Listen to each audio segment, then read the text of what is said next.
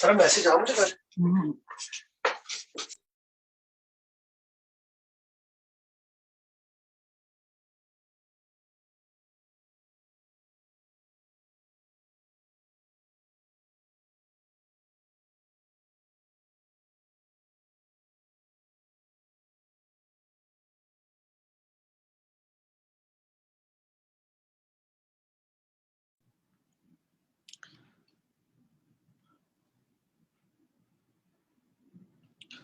Assalamu alaikum everybody. I hope you are fine and in good health.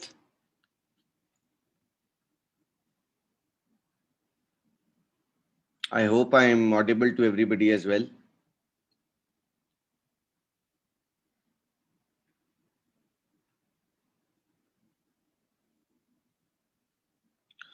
चलिए जी, आज हमारा आपके साथ owing to the rainstorm in Lahore, we couldn't hold the class on campus, so we have shifted to the online mode. तो इसके ऊपर आज हम आपका ओरिएंटेशन सेशन करेंगे. करंट अफेयर्स का बेसिक एक आपको ओवरव्यू देंगे करंट अफेयर्स के मुतालिक कि ये क्या है, इस सब्जेक्ट की इंपॉर्टेंस क्या है, इसको कैसे आपने लेके चलना है और क्या क्या फैक्टर्स का आपने इसमें ख्याल रखना है. तो I will switch off the video and we'll shift to the slides so that you can get to grips with the subject. तो जी करंट अफेयर्स सीएसएस की जर्नी का सबसे इंपॉर्टेंट सब्जेक्ट है और इसकी कार्डिनल इंपॉर्टेंस जो है वो लाई करती है इसके ओवर रीचिंग इन्फ्लुएंस के ऊपर.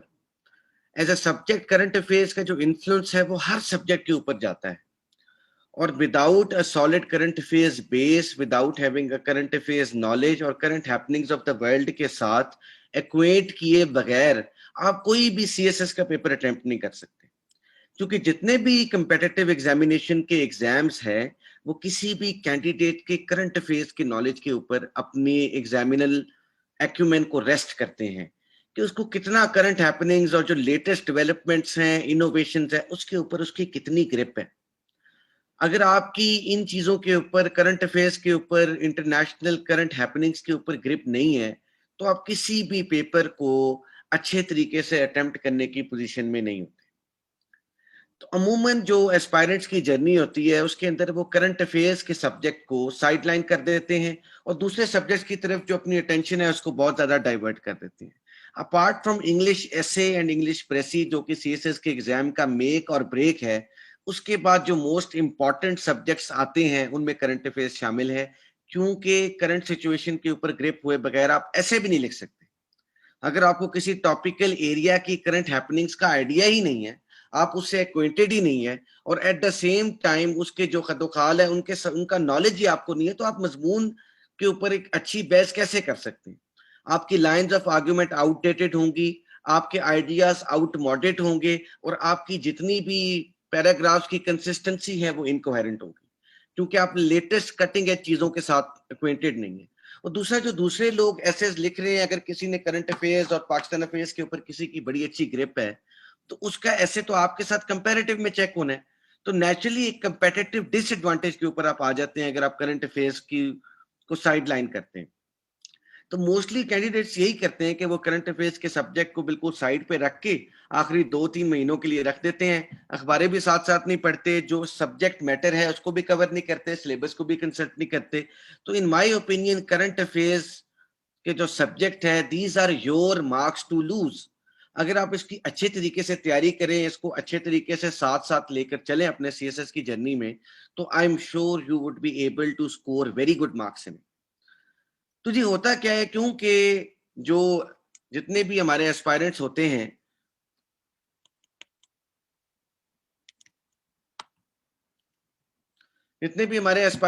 हैं, वो तैयारी टाइम के ऊपर करंट अफेयर्स की शुरू नहीं करते और फिर जब उनको रियलाइजेशन होती है कि बगैर करंट अफेयर्स के हम कोई और भी सब्जेक्ट उसके ऊपर प्रॉपरली अपनी आर्ग्यूमेंट्स को बिल्ड नहीं करते, तो फिर वो अपने आप से क्वेश्चन पूछना शुरू हो जाते हैं, what, when, how and where to do.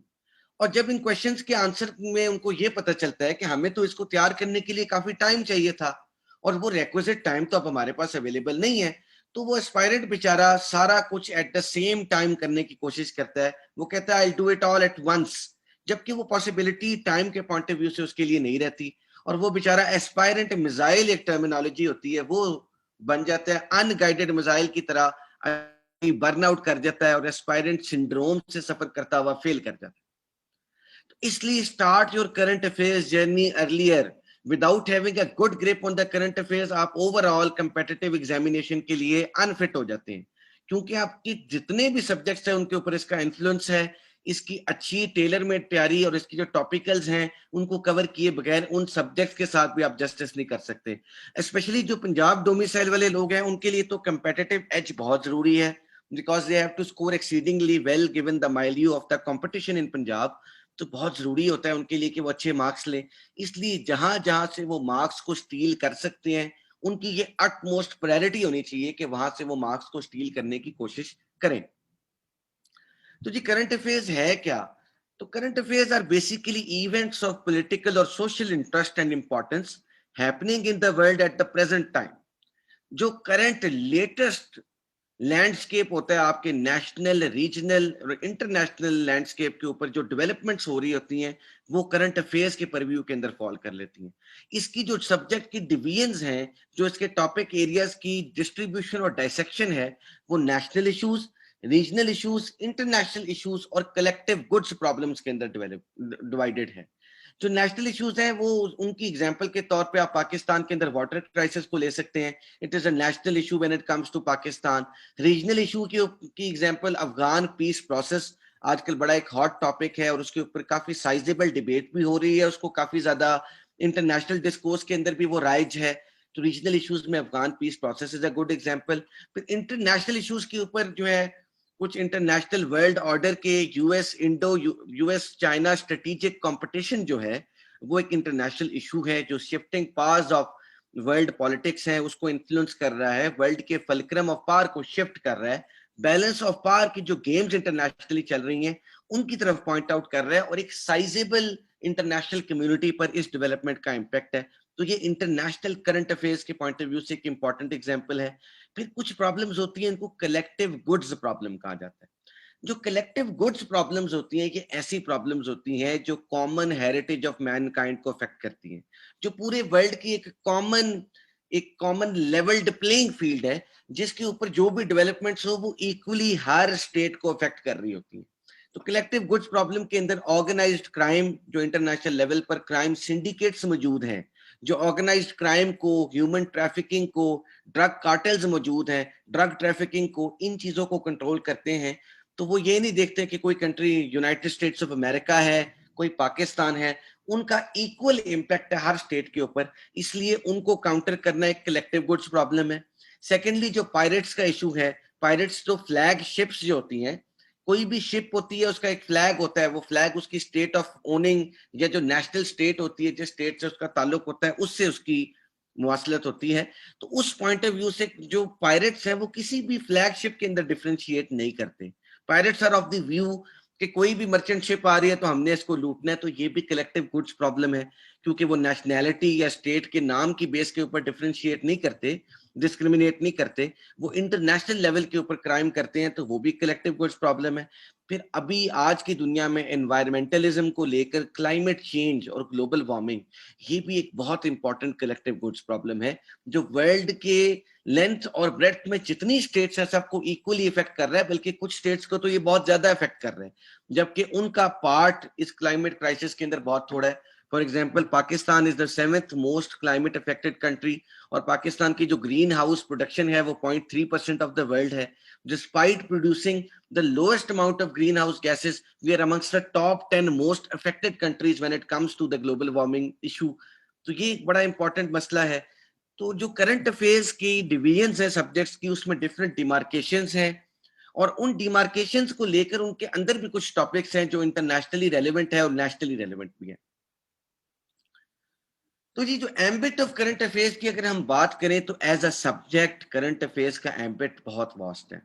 Firstly मैंने आपको बताया it contributes to the essay background knowledge. अगर आप latest developments, latest innovation, latest best practices के साथ एक्वेंटेड नहीं है तो आप एक अच्छा मजमून नहीं लिख सकते, आप एक अच्छा ओपिनियन नहीं दे सकते, एक अच्छा एनालिसिस नहीं प्रेजेंट कर सकते. दूसरा, करंट अफेयर्स से आप जो डिफरेंट लर्नड इंडिविजुअल्स हैं, जो इंटेलिजेंसियां हैं, थिंक टैंक्स हैं, उनकी रिपोर्ट्स को पढ़ते हैं, उनके आर्टिकल्स को एनालाइज करते हैं, उनके मटेरियल से इस्तेफादा हासिल करते हैं, तो it helps you to phrase a structured answer. जब आप डिफरेंट पर्सपेक्टिव्स को, डाइवर्स पर्सपेक्टिव्स को पढ़ते हैं, अच्छे सोर्सेज से पढ़ते हैं, तो it enables you to structure your answer. अगर आपके क्वेश्चन के जवाब का ना सर है ना पैर है तो आपको नंबर नहीं मिलेगा। तो having a structured, targeted, meticulously made answer is essential to your success in CSS। उसके लिए भी करंट अफेयर्स आपको एड करता है। Without having this coherence in your argument, without having the ability to grasp key concepts, तो आप ultimately structured answer नहीं बना पाते।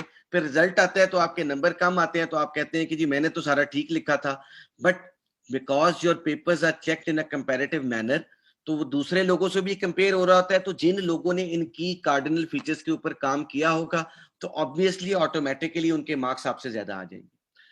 दूसरा जो इन्फ्लुएंस ऑफ करंट अफेयर्स दूसरे सब्जेक्ट्स पर है वो भी बड़ा साइजेबल है। एक तो ये आपकी आर्ग्यूमेंट्स को लेकर के बड़ा इंपॉर्टेंट सब्जेक्ट है, क्योंकि ये आपको एविडेंस प्रोवाइड करता है लेटेस्ट चीजों के ऊपर। फॉर इंस्टेंस क्लाइमेट चेंज के इंडाइसेस प्रोवाइड करेगा, पर्मा फ्रॉस्ट कितनी मेल्ट होगी है वो आपको पता चलेगा, ब्रिटिश अंटार्कटिक सर्वे आपको ये बताएगा ओजोन लेयर कितनी ज्यादा रिकूपरेट और रीजनरेट कर चुकी है, वर्ल्ड लेवल के ऊपर water resources, water stress, water scarce और एक्यूट वाटर शॉर्टेज कहाँ कहाँ पर है। तो इन चीजों को लेकर के आप Pakistan affairs, political science, international relations और यूएस एंड यूरोपियन हिस्ट्री तक के ऊपर इसका सिग्निफिकेंट इम्पैक्ट है। अगर आप पाकिस्तान अफेयर्स के लास्ट 5 इयर्स के पेपर देखें तो you would be surprise to see कि पाकिस्तान अफेयर्स के पेपर के अंदर भी उन एग्जाम्स का 50% चंक जो है वो पाकिस्तान का करंट अफेयर्स है। इवन पॉलिटिकल साइंस के ऊपर भी तो डेमोक्रेटिक आइडियल्स, डेमोक्रेटिक कंटिन्यूटी और जो पॉलिटिकल सिस्टम्स की कुछ एवोल्यूशन चल रही है नेशनली, उसको लेकर के एक दो सवाल आ जाते हैं। और इंटरनेशनल रिलेशंस का तो 80% पेपर 2 जो है वो completely current affairs, current international affairs के ऊपर डिपेंडेंट है। उसके ऊपर वर्ल्ड पावर स्ट्रक्चर की बात होती है, इंटरनेशनल रेवोल्यूशंस को वो लाइकन करते हैं मॉडर्न डेवलपमेंट्स के साथ, उसके साथ कोरिलेट करके उस पर बात कर देते हैं। शिफ्टिंग वर्ल्ड ऑर्डर की बात हो जाती है, बैलेंस ऑफ पावर की बात हो जाती है, न्यूक्लियर डिटेरेंस इन साउथ एशिया की बात हो जाती है। तो इंटरनेशनल रिलेशंस के पॉइंट ऑफ व्यू से भी करंट अफेयर्स की बड़ी कार्डिनल इंपॉर्टेंस है। फिर यूएस हिस्ट्री की और यूरोपियन हिस्ट्री की भी आप अगर पेपर देखें तो उनके अंदर भी 20 to 30% यूएस और यूरोप के करंट अफेयर्स को डिस्कस किया जाता है। खासतौर पर यूएस हिस्ट्री के पर्सपेक्टिव से तो उसके तो पेपर का 50 to 60% यूएस का करंट अफेयर्स है। अभी रिसेंटली एग्जाम के अंदर भी उन्होंने कंपैरिजन दिया आपको प्रीवियस एडमिनिस्ट्रेशन का और करंट एडमिनिस्ट्रेशन का, फिर वो हिस्टोरिकल पॉइंट्स को लिंक करते हैं मॉडर्न डेवलपमेंट्स के साथ कि किस तरीके से मॉडर्न डेवलपमेंट्स जो है आपकी हिस्ट्री ऑफ अमेरिका के साथ लिंक्ड है। तो अगर आपको हिस्ट्री पता हो और मॉडर्न डेवलपमेंट्स या लेटेस्ट ट्रेंड्स इन अमेरिका ना पता हो तो आप अल्टीमेटली चीजों को सही तरीके से करने की पोजीशन में नहीं होते, फिर आप क्वेश्चन को जस्टिफाई नहीं कर सकते। इसीलिए करंट अफेयर्स की यूएस हिस्ट्री के लिए भी बड़ी कार्डिनल इंपॉर्टेंस है। उसके अलावा जो करंट अफेयर्स के दूसरे कुछ फवायद है उसमें it adds value to your material. हर इंसान के अपने नोट्स होते हैं, अपने मटेरियल होते हैं। कोई भी इंटेलेक्चुअल राइटर, कोई भी कंपेटिटिव एग्जामिनेशन का book writer, they do not dish out their exact material. People hold back on their own information. तो अगर लोगों ने अपनी इंफॉर्मेशन पे होल्ड बैक करना है, जो आपने एक एग्जॉस्टिव मटेरियल अक्वायर किया हुआ है, जो किताबें आपने खरीदी हुई है, उनसे आपको उतना बेनिफिट ही नहीं होना कि आपकी सक्सेस गारंटी हो, तो फिर हमें क्या करना चाहिए? We should go for making our own materials. तो जब हम अपना मटेरियल बनाते हैं तो करंट अफेयर्स एक वाहिद ऐसा सब्जेक्ट है which adds value to one's material. I remember that even one day before my attempt when I cleared CSS, तो मैंने अखबार भी पढ़ा था और उस दिन भी जिस दिन मैं पेपर देने जा रहा था तो मैंने हेडलाइंस को फॉलो थ्रू किया था and I mention those headlines in my paper जो पर्टिनेंट थी, जो रेलेवेंट थी। तो जितना आप up to date knowledge present करेंगे, आपके मटेरियल की वैल्यू, आपकी तैयारी की क्वालिटी और आपकी अप्रोच की मैच्योरिटी को ये रिफ्लेक्ट करेगा। और ऑन द अदर हैंड इसके अलावा देखें, अब तो कंपेटिटिव एग्जामिनेशन जो है from the last 10 to 15 years, it does not premise on questions like what is the Kashmir issue, what is the water issue. अब क्रिटिकल एबिलिटी, क्रिटिकल थिंकिंग और critical analysis based paper आ रहे हैं। Paper के ऊपर वो historical perspective, historical developments को तो बहुत थोड़ा सा टच करते हैं। Major emphasis of competitive examination के जितने पेपर्स हैं, चाहे वो सीएसएस का है चाहे वो पीएमएस का है, उनका आपके क्रिटिकल एनालिसिस के बेस के ऊपर है कि आप किस तरह जो नॉलेज आपने एक्वायर किया है जो इंफॉर्मेशन आपके पास मौजूद है उसकी बेस के ऊपर चीजों को क्रिटिकली एनालाइज कर सकते हैं, उसकी बेस के ऊपर उस क्वेश्चन मैटर को डिफेंड कर सकते हैं कि नहीं। फॉर इंस्टेंस के अफगानिस्तान पीस प्रोसेस को अगर हम लेकर देखें तो बड़ा इंपॉर्टेंट क्वेश्चन ये बड़ा मैं फोरसी कर रहा हूँ कि अफगान पीस प्रोसेस को लेकर के कि जी हेस्टी अमेरिकन विड्रॉल जो है उसको आप किस तरीके से एनालाइज करते हैं। Has America won the war in Afghanistan, as President Biden recently said in his address a couple of days ago, or America is still wanting to deliver more on the Afghanistan promise? And why does the US want bases in Pakistan? Analyze critically what are the pros of those bases and the cons of those bases with regards to Pakistan. तो ये बड़े important कुछ questions national dynamics के ऊपर और regional dynamics के ऊपर evolve कर रहे हैं, जिनको मैं बड़ा सीरियसली फोरसी कर रहा हूँ अगली अटेम्प्ट के लिए कि आप देखें जब तक आपका एनालिसिस नहीं होगा, प्रोज एंड कॉन्स का जो क्वेश्चन है वो एनालिसिस का क्वेश्चन है कि आप as a candidate as an aspirant क्या फील के क्या एडवांटेजेस हैं और क्या उसके डिसएडवांटेजेस हैं। तो ये जो एडवांटेजेस डिसएडवांटेजेस और इंपैक्ट्स के क्वेश्चन है, इन क्वेश्चन के ऊपर हिस्टोरिकल बैकग्राउंड का रोल है बट कंपैरेटिवली कम है। इसके लिए क्रिटिकल थिंकिंग एबिलिटी की जरूरत है, होराइजन के एक्सपैंड होने की जरूरत है। वो आप आर्टिकल रीडिंग और करंट अफेयर्स की मटेरियल कलेक्शन और असाइनमेंट कंप्लीशन से आप डेवलप कर सकते हैं। Develop a good research ethic, develop a sharp and quick research ethic. It should be nimble, it should be agile, so that you are able to cover up more material in less amount of time. At the same time, your material should reflect a difference from other candidates.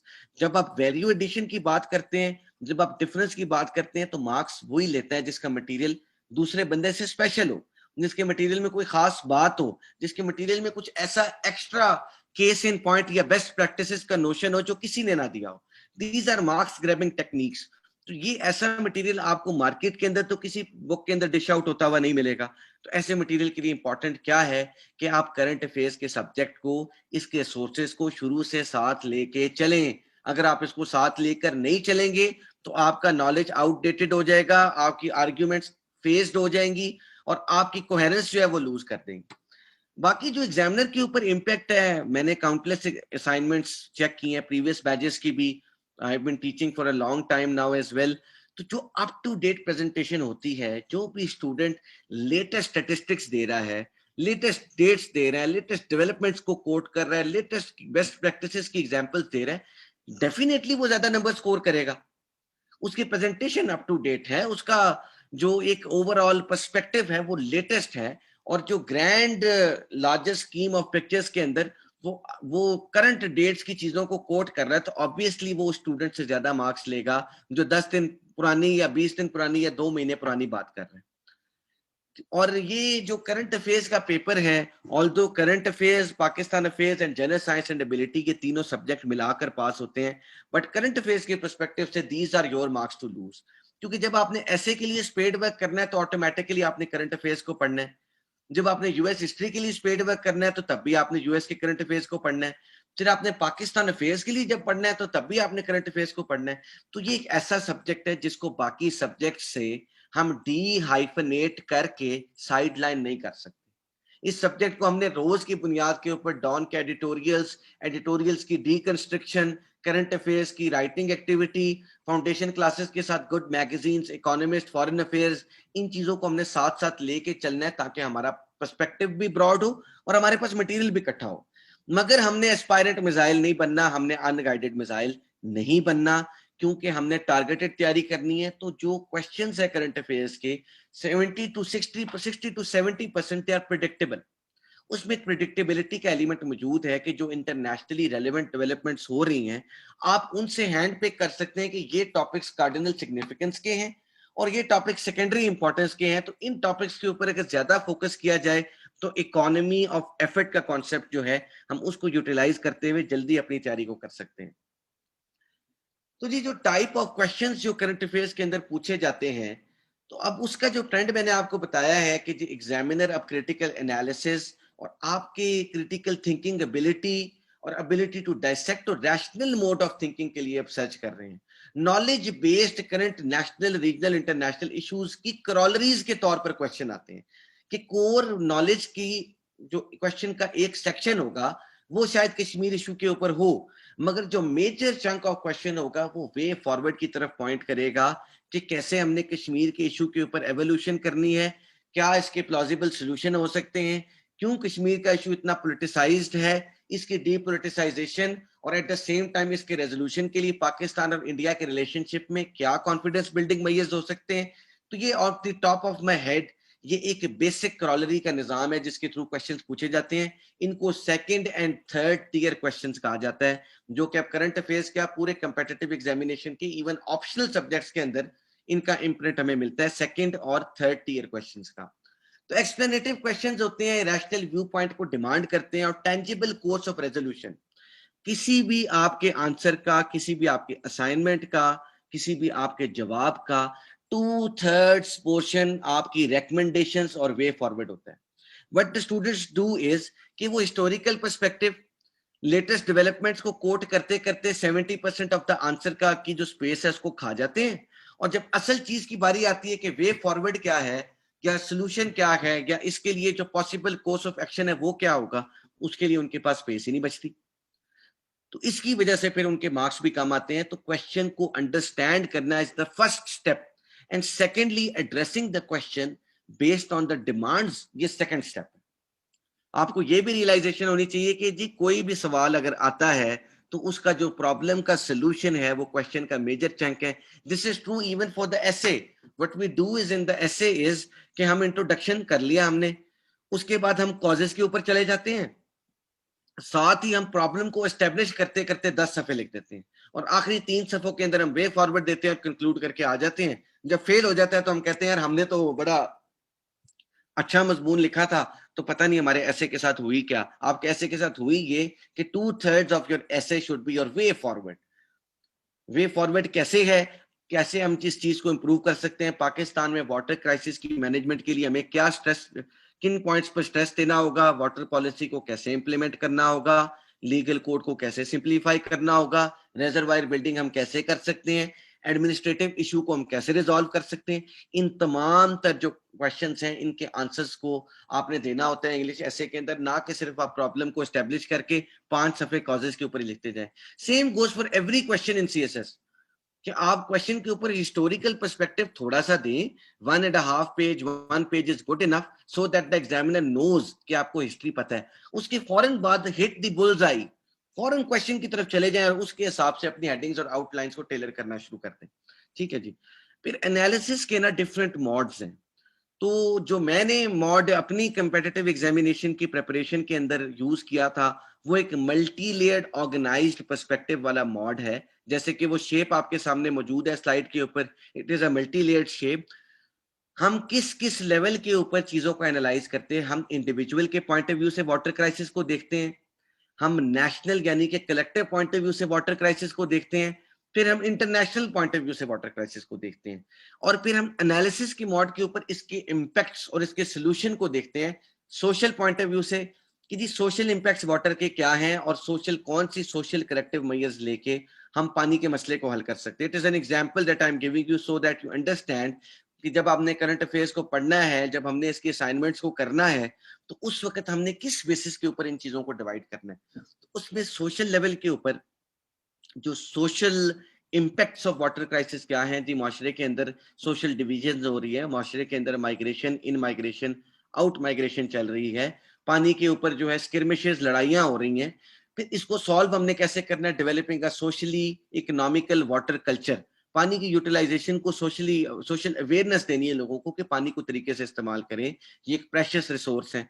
फिर economic impact पानी का क्या है और economically हम पानी को कितना इंसेंटिवाइज कर रहे हैं, और एट द सेम टाइम कितनी इकोनॉमिक डेलीगेशन ऑफ रिसोर्सेज होगी तो हमारा वाटर रिसोर्स जो है वो प्रिजर्व भी होगा, मेंटेन भी होगा और इंक्रीज भी करेगा। फिर पॉलिटिकल मसाइल क्या है पानी को लेकर के, इंटर प्रोविंशियल इश्यूज हैं, पानी की डिस्ट्रीब्यूशन के ऊपर प्रॉब्लम्स हैं, डैम्स की लोकेशन के ऊपर इश्यूज हैं, फिर पानी से जनरेट होने वाले कुछ रेवेन्यू पे भी इश्यूज हैं, फिर at the same time management का भी क्राइसिस है और रिजर्वायर का भी क्राइसिस है।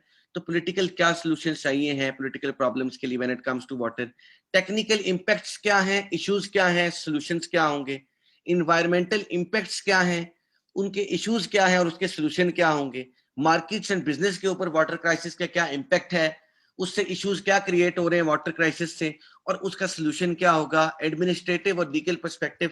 इसी तरीके से इन मोड्स ऑफ एनालिसिस ये वो सीढ़ियां हैं जिन सीढ़ियों के ऊपर, एक एक सीढ़ी के ऊपर इंडिविजुअल, नेशनल और इंटरनेशनल, इन 3 लेवल्स के ऊपर अगर आपने स्पेड वर्क करके मटेरियल इकट्ठा कर लिया तो एग्जामिनर किसी भी पर्सपेक्टिव से अगर क्वेश्चन दे तो आप उसको अटेम्प्ट करने की पोजीशन में होते हैं। व्हाट वी डू इज कि हम डेमोक्रेसी को और इन चीजों को बहुत डिटेल में पढ़ लेते हैं, मगर हमें ये रियलाइजेशन नहीं है कि एग्जामिनर इवन ऐसे के पेपर के अंदर 2 वेरिएबल मॉडल को फॉलो कर रहा होता है। 2 वेरिएबल से मुराद ये कि हमने एजुकेशन को बहुत डिटेल से पढ़ लिया, हमने इकोनॉमी को बहुत डिटेल से पढ़ लिया, हम तो यूनिटरी स्टडी कर रहे हैं, हमने दोनों के इंटर रिलेटेड कंटेक्ट को स्टडी नहीं किया कि एजुकेशन और इकोनॉमी दोनों जब आपस के अंदर मर्ज करती है, इन दोनों के ओवरलैप से जो टॉपिक क्रिएट होता है वो क्या है। तो this is the 2 hit variable model. 2 hit variable model से मुराद ये कि एग्जामिनर 2 फैक्टर्स को कंबाइन करके आपको ऐसे दे देता है।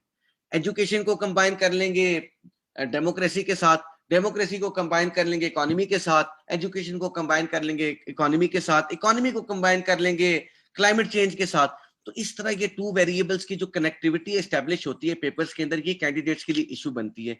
इसको रिजॉल्व करने का सिर्फ एक ही तरीका है कि आप तमाम तर मॉड्स और लेवल्स ऑफ एनालिसिस जो है उनको अडॉप्ट करें। अगर आपने इंडिविजुअल, नेशनल और कलेक्टिव इंटरनेशनल लेवल के ऊपर चीजों को एनालाइज कर लिया है, social, economic, political, technical, environmental, markets, business और administrative legal point of view से चीजों को पढ़ लिया है, तो इसके बाद कोई इशू रहता नहीं है कि आप चीजों के ऊपर अपना एक अच्छा कैंडिडेट ओपिनियन ना दे सके, क्योंकि आपने फेल सेफ तैयारी कर ली है। This is the importance of current affairs कि it makes your preparation fail safe.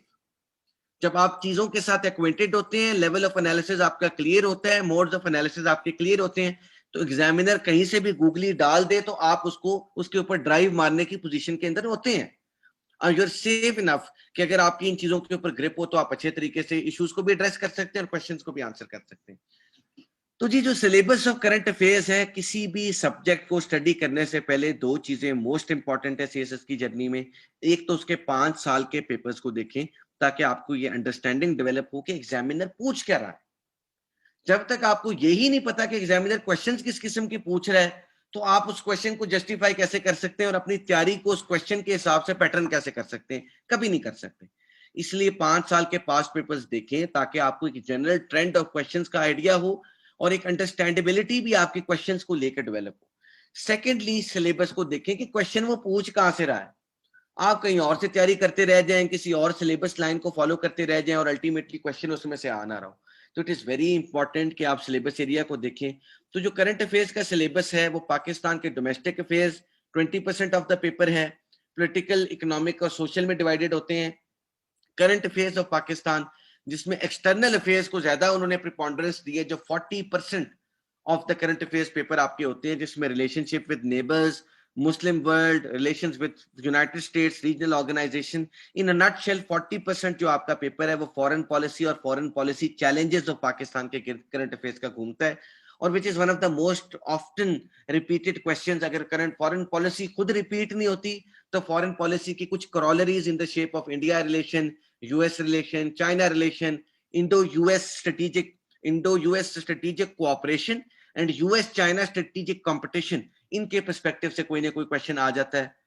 उसके अलावा ग्लोबल इश्यूज का बड़ा सिग्निफिकेंट चंक है when it comes to the current affairs paper, जो कि 40% है, जिसमें global warming, environmentalism, population, terrorism, global energy, nuclear, international trade, sustainable development goals, globalisation, Kashmir, Palestine और मिडिल ईस्टर्न क्राइसिस के ऊपर भी उन्होंने एक ब्रॉड सी आउटलाइन दी हुई, जिसमें तमाम तर ग्लोबल इश्यूज और इंटरनेशनल इश्यूज जो हैं उनका इशू डिस्कस हो जाता है, पेपर के अंदर आ जाता है।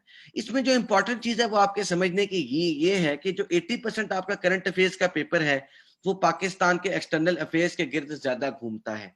तो इसलिए जो एक्सटर्नल इश्यूज और ग्लोबल इश्यूज और इंटरनेशनल पर्सपेक्टिव्स हैं उनके ऊपर ग्रिप होना बहुत जरूरी है, क्योंकि जो डोमेस्टिक डायनेमिक्स हैं, जो डोमेस्टिक डेवलपमेंट्स हैं, उसके ऊपर पाकिस्तान अफेयर्स की वजह से ऑलरेडी कैंडिडेट्स की ग्रिप मौजूद होती है। जो एक्सटर्नल अफेयर्स हैं उसको अवॉइड किया जाता है। इंटरनेशनल डेवलपमेंट्स की जो जो इम्पैक्ट है पाकिस्तान के ऊपर, पाकिस्तान के रिलेशंस के ऊपर, उनको साइडलाइन किया जाता है, जिसकी वजह से इश्यूज क्रिएट होते हैं और अल्टीमेटली आप क्वेश्चन को जस्टिफाई करने में नाकाम रहते हैं।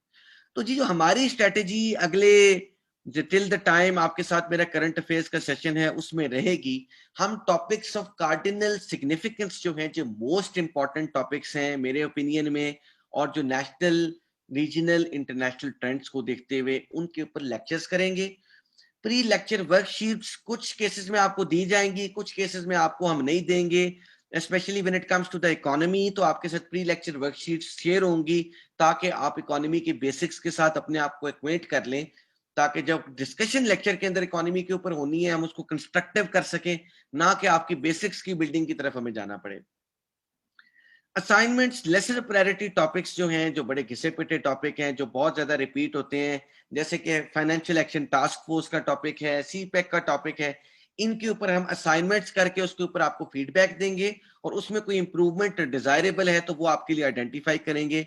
रिगरस असाइनमेंट्स होगी, I would want you to adopt a seriousness and discipline to your preparation when it comes to current affairs. I really like students जो टाइम पर अपना काम करते हैं और टाइम पर चीजों को कवर कर रहे होते हैं, क्योंकि हर लेक्चर के साथ आपको असाइनमेंट मिलेगी और वो असाइनमेंट आपके उस लेक्चर के साथ लिंक्ड होगी। अगर आप उसको टाइम पर नहीं करते, if you are used to procrastinating, ultimately you would be left behind. अगला लेक्चर आता रहेगा, आपका काम पाइल अप होता रहेगा, ना कि आपका काम कंप्लीट हो। इसलिए इट इज वेरी इंपॉर्टेंट कि आप अपने असाइनमेंट्स को बड़ा सीरियसली लें, क्योंकि इसके दो तीन मकसद हैं। सबसे पहला इंपॉर्टेंट मकसद ये है कि आपका टॉपिक एरिया कंप्लीटली कवर हो जाए।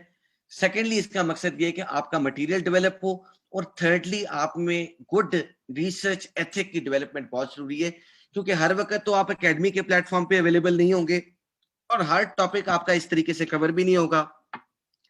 फिर towards the end of the journey कई सारे ऐसे टॉपिक्स होंगे जो आपको खुद लगेंगे कि ये इंपॉर्टेंट है, तो उनके ऊपर रिक्विजिट मटेरियल इकट्ठा करने के लिए ये जरूरी है कि you should have a good research ethic.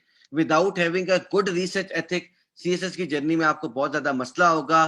Gate tech savvy, get used to the internet, get used to good sources of information and start gathering your own material. Exhaustive research करने की जरूरत नहीं है। किसी भी टॉपिक के ऊपर अगर आपने 8 से 9 आर्टिकल्स पढ़ लिए हैं तो I think you develop a good enough grip कि उसके ऊपर आप 8 से 9 सफे का सवाल कर सकें। उसके अलावा इन लेक्चर बुक और वीडियो रिकमेंडेशंस भी आपको हम देंगे, because the CSS journey is not done in silos. I believe that जो एक कमरे में बंद होकर सीएसएस की जर्नी को अंडरटेक नहीं करना चाहिए। Life should be more open, you should be more relax, you should remember that it is a marathon, it is not a sprint. हमने 100 मीटर नहीं भागना है हुसैन बोल्ट वाला, ये गैब्री सलासे वाला मैराथन है। इसके लिए रोज का अगर आप इनपुट डालते हैं, चाहे 4 घंटे डालें 8 घंटे डालें, वो उस 24 घंटे के इनपुट से काफी बेहतर है कि जो आप रोजाना डाल रहे हो। एक दिन डाल के उसके बाद 4 दिन आप रेस्ट कर रहे होंगे, उस इनपुट से बेहतर है। बाकी सीएसएस की कैंडिडेट की कोई ईद नहीं होती, उसकी कोई कजन की शादी नहीं होती, कोई उसकी शबरात नहीं होती, कोई उसकी फुफो की तरफ खाना नहीं होता।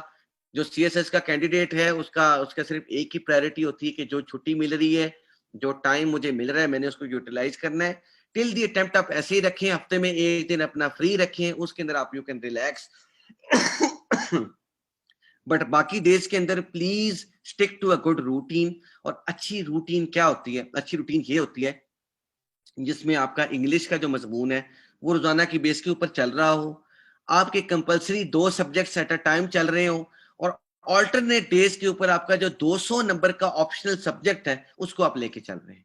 If by the end of November you are able to cover your entire syllabus, including your optionals, then I believe that you would be in a comfortable position for the attempt. ताकि आप दिसंबर में revision करें और जनवरी और फरवरी till the attempt आप maximum number of marks को दें। उसके अलावा जी पोस्ट लेक्चर असाइनमेंट्स के साथ साथ we will take 4 mock test. आपके जो लेक्चर्स हैं उनको डिवाइड करके हम 4 मॉक लेंगे और उसके बाद एक ग्रैंड मॉक भी लेंगे, तो असर्टेन के आप करंट अफेयर्स को लेकर के जो टॉपिक्स आपको हमने कवर कराए हैं उसको लेकर अब आपकी प्रोग्रेस क्या है और उसमें मजीद इंप्रूवमेंट की कोई है विंडो के नहीं। तो जी जो टॉपिक्स हम कवर करेंगे इट इज इंपॉर्टेंट कि जो कोर इंटरनेशनल कॉन्सेप्ट्स हैं उसके साथ आप एक्वेंटेड हो। जो 3 बेसिक थ्योरेटिकल फ्रेमवर्क्स है रियलिज्म, लिबरलिज्म, कंस्ट्रक्टिविज्म के, because 80% of the chunk of your exam is resting on current international affairs and the foreign policy of Pakistan. So it is very important that you come to grips with some fundamental core international concepts, because without having the requisite knowledge when it comes to these concepts, you would not be able to analyze international issues in the realest of sense. तो conceptualization of security भी है, diplomacy है, उसके बाद foreign policy basics, foreign policy क्या होती है, इसकी हिस्ट्री क्या है, evolve कैसे की, कॉन्स्टेंट्स क्या हैं, फिर फॉरेन पॉलिसी ऑफ पाकिस्तान के इंटरनल एंड एक्सटर्नल चैलेंजेस क्या हैं, यूएस चाइना स्ट्रेटेजिक कंपटीशन बहुत इंपॉर्टेंट टॉपिक है आपके अटेम्प्ट को लेकर के, इंडो पैसिफिक स्ट्रेटेजी क्या है, nuclear deterrence concept south Asia में क्या है, डिटरेंस इक्वेशन क्या है, इंडिया और पाकिस्तान को लेकर के क्या चीजें इसमें प्रीडोमिनेट कर रही हैं, वाटर क्राइसिस पाकिस्तान में क्या है, इसके वे फॉरवर्ड क्या है, हाइड्रोपॉलिटिक्स कैसे हो रही है, war, generation of war, specially hybrid war, बड़ा फ्रीक्वेंटली रिपीटेड क्वेश्चन है, इसको हम डिस्कस करेंगे, sustainable development goals, Afghan peace process को हम डिटेल में देखेंगे, specially in view of the latest happenings, जो अमेरिका ने अप स्केल कर लिया, अप शेड्यूल कर लिया अपने विड्रॉल को, इकोनॉमी ऑफ पाकिस्तान, इसकी इल्स एंड रेमेडीज को स्टडी करेंगे, इंटरनेशनल इंस्टीट्यूशंस की असाइनमेंट्स करेंगे, और की इंटरनेशनल इश्यूज के ऊपर भी आपको असाइनमेंट्स दी जाएंगी ताकि उनके साथ भी आप एक्वेंटेड हो जाएं. So this is the basic topic line area that I want you to consider when it comes to current affairs, and I want you to develop a good insight when it comes to these areas, because these are one of the most important areas when it comes to your current affairs in the upcoming attempt. तो जी जो current affairs की हमारी सारी activity है ISEP की, how can you gain maximum out of it? You can gain maximum out of it if you have a serious attitude.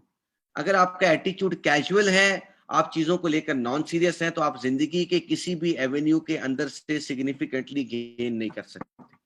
Secondly, meeting the assignment timelines. अगर आप assignment की timeline को meet नहीं कर सकते तो आप एग्जाम की टाइमलाइन को कैसे मीट करेंगे? सो develop a good work ethic. Good work ethic से मुराद ये कि जो काम जितने टाइम में दिया जाता है उसको उतने टाइम के अंदर प्लीज कंप्लीट करें, क्योंकि आप नेक्स्ट स्टेप के ऊपर हम चले जाएंगे तो आपका पिछला पेंडिंग हो जाएगा, तो you will begin to lag behind. तो ये असाइनमेंट्स टाइमलाइन के ऊपर करना बहुत जरूरी है. Sticking to class discipline. देखें, जो किसी को सूट करता है, इवन ऑनलाइन करें या जैसे भी करें, please attend the classes in time. जो डिसिप्लिन है, it is the essence of progress, it is the key to success. Without a disciplined preparation model, you cannot succeed. Quality sources से पढ़ना है, authentic sources को coat करना है, और अच्छे मैप्स और ग्राफ्स और मल्टी डायमेंशनल अप्रोच के साथ अगर आप सब्जेक्ट को लेके चलेंगे तो फिर ही आप इस सब्जेक्ट के अंदर कामयाब हो सकते हैं. अंडरस्टैंडिंग को हमने डेवलप करना है और बिल्ड करना है सब्जेक्ट के ऊपर अंडरस्टैंडिंग को. देखें, क्रैमिंग इज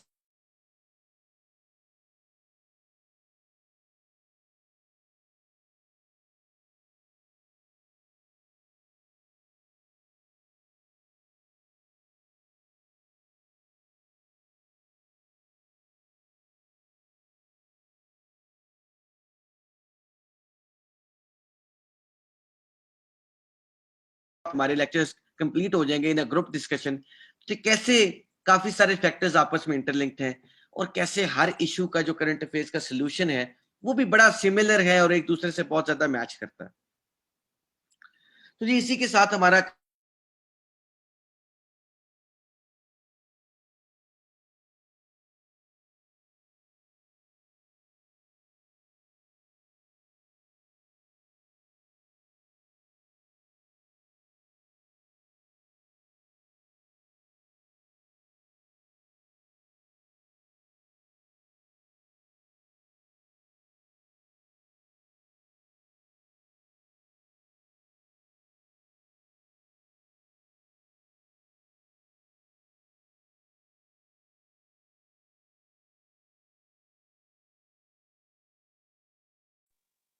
हमजा साहब, आवाज नहीं आ रही.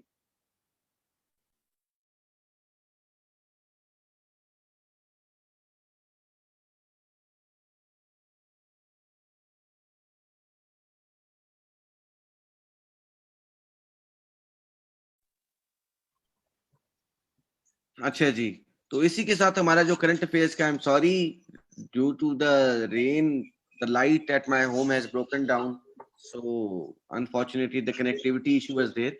तो किसी का कोई क्वेश्चन है करंट अफेयर्स के ओरिएंटेशन को लेकर तो please feel free to ask.